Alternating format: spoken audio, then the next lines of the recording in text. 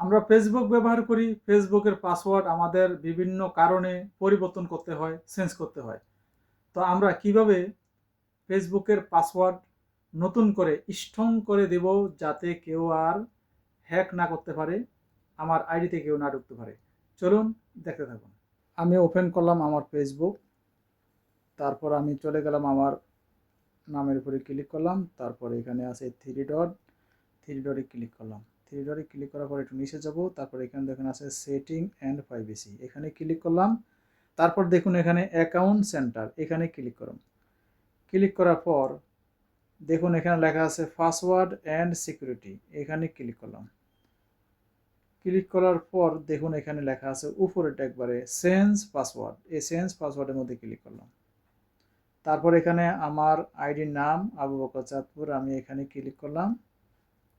Click করার পর আপনি আগের যে পাসওয়ার্ডটা আপনার আছে, আপনার স্মরণ আছে, ওইটা এখানে উঠাইবেন।